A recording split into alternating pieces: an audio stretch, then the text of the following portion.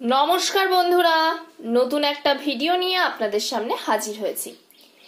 আজ আমাদের রেসিপি হলো আম পান্না। গরমের দিনে আম পান্না খাবো না তা কখনো হয়? আম পাকার আগে তো আমাদের বাড়িতে অবশ্যই আম পান্না তৈরি হয়। চলুন বলে নিই আমাদের বাড়ির আম পান্না আমরা কি করে তৈরি করি। আমগুলোকে, এগুলো অবশ্যই কাঁচা আম হতে হবে।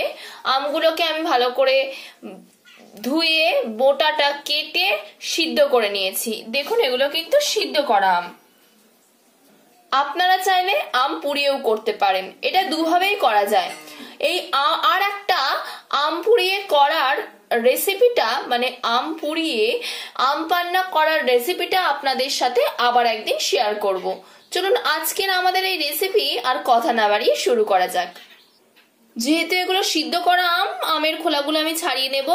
হামেশাই টানলে এইভাবে উঠে যাবে। দেখুন, খুব ভালো করে আমের খোলাগুলো আমি ছাড়িয়ে নেব। এটাকে ছাড়িয়ে ভিতরে সব শাঁসগুলোকে আমি বের করে নেব এইভাবে, ঠিক চামচ দিয়ে, কারণ ভিতরে তো অনেক শাঁস থাকে। দেখুন, এইভাবে করে বের করে নিতে হবে। আমার খোলাগুলো ছাড়ানো হয়ে গেছে। আমি এইভাবেই আটিগুলো থেকে শাঁসগুলোকে আলাদা করে নেব, ঠিক এইভাবে। সব আটি থেকে আমার শাঁস, অর্থাৎ আমের শাঁস আলাদা করা হয়ে গেছে। এগুলোকে আমি ছাঁকনির সাহায্যে ছেঁকে নেব, যাতে এর ভেতরে আমের যে ছিবড়ি থাকে সেই ছিবড়িগুলো না থাকে। এইভাবে অল্প অল্প করে দিয়ে আমি ছাঁকনির সাহায্যে ছেঁকে নেব। দেখুন এমন ভাবেই ছেঁকে নিতে হবে। দেখুন আমাদের এখানে মজাও বেরিয়েছে। সবগুলো আমার চিবড়ি বার করা হয়ে গেছে। আমি একটা গ্লাস নিয়ে নিয়েছি। এই গ্লাসের ডিজাইনটা বাড়িতে হাতে বানানো। এতে দিয়ে দেব 2 চামচ আমের মজা, যেটা আমি ছেঁকে রেখেছিলাম।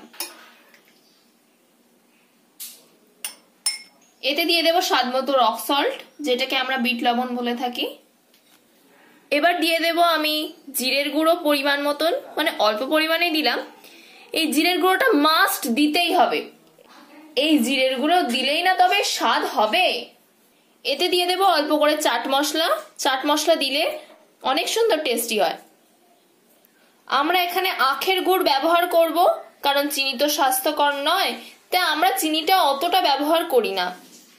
আমরা এখানে আখের গুড় দিয়ে দিচ্ছি। আপনারা চাইলে চিনিও ব্যবহার করতে পারেন। এতে দিয়ে দেব ফ্রিজের ঠান্ডা জল।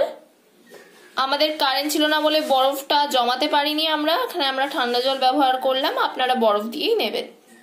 এটাকে আমি এবার চামচ দিয়ে গুলিয়ে নেব। এটা আমার তৈরি হয়ে গেছে। এর ওপর থেকে দিয়ে দেব পুদিনা পাতা। আমি এখানে পুদিনা পাতা ব্যবহার করলাম। আপনারা চাইলে পুদিনা পাতা নাও ব্যবহার করতে পারেন।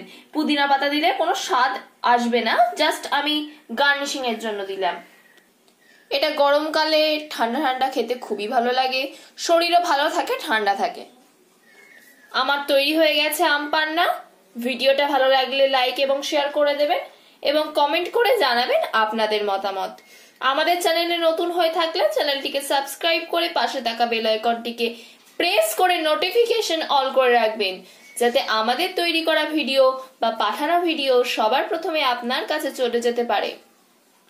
পরবর্তী ভিডিওতে আপনাদের সাথে আবার দেখা হচ্ছে।